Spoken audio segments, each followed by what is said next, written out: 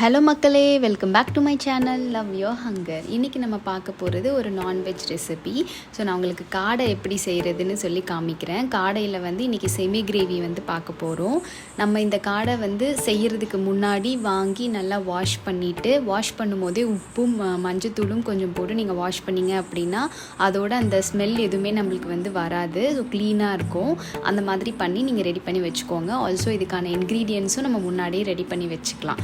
First என்ன பண்ணணும் அப்படின்னு நான் சொல்கிறேன். ஒரு பேன் வச்சுக்கோங்க. அந்த பேனில் 3 டேபிள் ஸ்பூன் ஆயில் ஆட் பண்ணிக்கோங்க. ஆயில் நல்லா காஞ்சதுக்கப்புறம் ஸ்பைசஸ் ஆட் பண்ணுங்கள். ஸ்பைசஸ் நல்லா பொரிஞ்சதுக்கப்புறமா கருவேப்பிலைக்கு அப்புறமா நான் பூண்டு ஆட் பண்ணியிருக்கேன். பூண்டு தட்டி ஆட் பண்ணியிருக்கேன். பட் ஸ்டில் நான் இதில் இஞ்சி பூண்டு பேஸ்ட்டும் தான் ஆட் பண்ணுவேன். பூண்டு நான் தட்டி ஆட் பண்ணதுக்கு ரீசன் அதோட ஃப்ளேவர் ரொம்ப அருமையாக இருக்கும். ஸோ அதனால் நான் தட்டியும் கொஞ்சம் ஆட் பண்ணியிருக்கேன். நெக்ஸ்ட் 3 மீடியம் சைஸில் ஆனியன் எடுத்து அதை கட் பண்ணிவிட்டு நான் ஆட் பண்ணியிருக்கேன். ஸோ ஆனியன் வேகணும்னா நம்ம எப்பவுமே கொஞ்சம் உப்பு ஆட் பண்ணணும். அந்த உப்பும் நான் ஆட் பண்ணிவிட்டு ஆனியன் பாதி வெந்துருக்கும். ஸோ வெந்ததுக்கப்புறமா நான் இஞ்சி பூண்டு பேஸ்ட்டும் ஆட் பண்ணிக்கிறேன். இஞ்சி பூண்டு பேஸ்ட் 1.5 ஸ்பூன் ஆட் பண்ணியிருக்கேன். இது நல்லா வதங்கட்டும். ஸோ அதுக்கப்புறம் 2 தக்காளி மீடியம் சைஸில் கட் பண்ணி போட்டு அதையும் நல்லா வதக்கிக்கோங்க. இது நல்லா வதங்கி கொஞ்சம் குழஞ்சி வெந்து வரும். ஸோ அந்த மாதிரி ஸ்டேஜில் நம்ம வாஷ் பண்ணியிருந்த காடை இருக்குல்ல, அதையும் நம்ம அதில் ஆட் பண்ணிக்கலாம். எப்பயுமே ஒரு விஷயம் என்ன அப்படின்னா, நம்ம நான்வெஜ் செய்யும் போது இதுதான் பேஸு. லைக் இந்த வெங்காயம் தக்காளி இஞ்சி பூண்டு ஸ்பைசஸ் தான் பேஸு. ஸோ அந்த பேஸில் நீங்கள் அந்த நான்வெஜ்ஜை ஆட் பண்ணிவிட்டு கொஞ்ச நேரம் அதிலே குக் பண்ண விடுறது ரொம்ப ஒரு நல்ல ஒரு டேஸ்ட் கிடைக்கும். லைக் நம்ம உடனே தண்ணியில் போடுறத விட மசாலாவில் நம்ம அந்த மீட்டை குக் பண்ணும்போது நம்மளுக்கு நல்ல ஒரு ஃப்ளேவரும் ஜூஸியான ஒரு டேஸ்ட்டும் நம்மளுக்கு கண்டிப்பாக கிடைக்கும். ஸோ அதனால் அந்த மாதிரி நான் கொஞ்சம் ஒரு 10 மினிட்ஸ் கிட்ட அதை நான் குக் பண்ணியிருக்கேன்.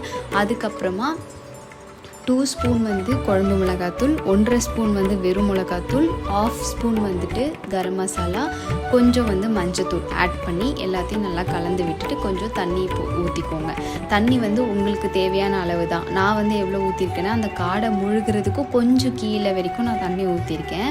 பிகாஸ் இது நான் செமி கிரேவி தான் பண்ண போகிறேன். எனக்கு ரொம்ப நிறைய தண்ணி தேவையில்லை. அதுவும் இல்லாமல் நம்ம ஆல்ரெடி 10 மினிட்ஸ் குக் பண்ணி வச்சுருந்ததுனால இது லைக் அது என்ன சொல்கிறது, காடை ஆல்ரெடி ஒரு 1/2 ஸ்டேஜ் வெந்து தான் இருக்குது. ஸோ தண்ணி நம்மளுக்கு அதிகம் தேவைப்படாது.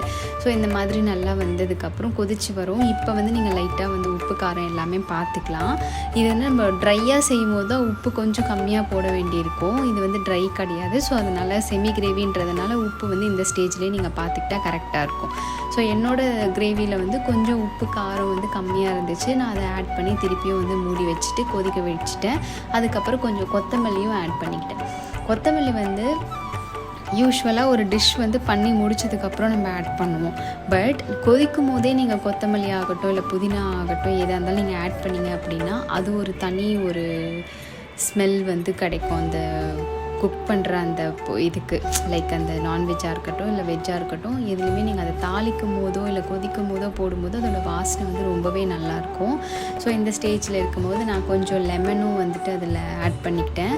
ஆட் பண்ணி நல்லா மூடி வச்சுட்டு அதுக்கப்புறம் எண்ணெய்லாம் நல்லா பிரிஞ்சு வந்துச்சோ இந்த ஸ்டேஜில் ஆஃப் பண்ணி வச்சுட்டு நீங்கள் கார்னிஷ் பண்ணிக்கலாம். லைக் நான் ஒரு பவுலில் ட்ரான்ஸ்ஃபர் பண்ணி உங்களுக்கு காமிச்சிருந்தேன் லைக் எப்படி இருக்குது அப்படின்னு சொல்லிட்டு. இந்த கிரேவி பார்த்திங்கன்னா உப்பு காரம் எல்லாமே சூப்பராக இருந்துச்சு. புளிப்பு லைக் நான் கொஞ்சம் லெமன் ஆட் பண்ணல. எல்லா டிஷ்ஷஸ்லையுமே நம்ம கொஞ்சம் லைட்டாக லெமனை மேலே அப்படி போட்டுட்டோம் அப்படின்னா அது ஒரு டேஸ்ட்டே ரொம்ப என்ஹான்ஸ் பண்ணி கொடுக்கக்கூடிய ஒரு தன்மை இருக்குது லெமனுக்கு. ஸோ அதனால் நீங்கள் அதை இந்த மாதிரி நான்வெஜ் ஐட்டம்ஸில் கொஞ்சம் ஆட் பண்ணிக்கிட்டால் அது சூப்பராக இருக்கும். ஸோ இப்படி தான் இருந்துச்சு ஃபைனல் லுக்கு. நான் சைடில் ஆனியன்லாம் வச்சும் கார்னிஷ் பண்ணியிருக்கேன். ஸோ சாப்பிட்றதுக்கும் ஆக்சுவலி லுக் இருக்க மாதிரி சாப்பிட்றதுக்குமே நல்லா இருந்துச்சு. அப்படியே என்னோடய லஞ்சை ஃபினிஷ் பண்ணிடலாம் அப்படின்னு சொல்லி ஒரு பிளேட்டில் சாப்பாடு போட்டு காடை வச்சு நான் என்னோடய லஞ்சையும் நான் முடிச்சிட்டேன். நான் ட்ரை பண்ணி பார்த்ததில் எனக்கு ரொம்பவே நல்லா இருந்துச்சு இந்த செமி கிரேவி. நீங்களும் உங்கள் வீட்டில் ட்ரை பண்ணி பாருங்கள். ட்ரை பண்ணி பார்த்து சாப்பிட்டுட்டு எப்படி இருக்குது அப்படின்னு சொல்லி கமெண்ட் செக்ஷனில் சொல்லுங்கள். ஆல்சோ என்னோடய சேனலை தயவு செஞ்சு சப்ஸ்கிரைப் பண்ணுங்கள், ஷேர் பண்ணுங்கள் அண்ட் லைக் பண்ணுங்கள்.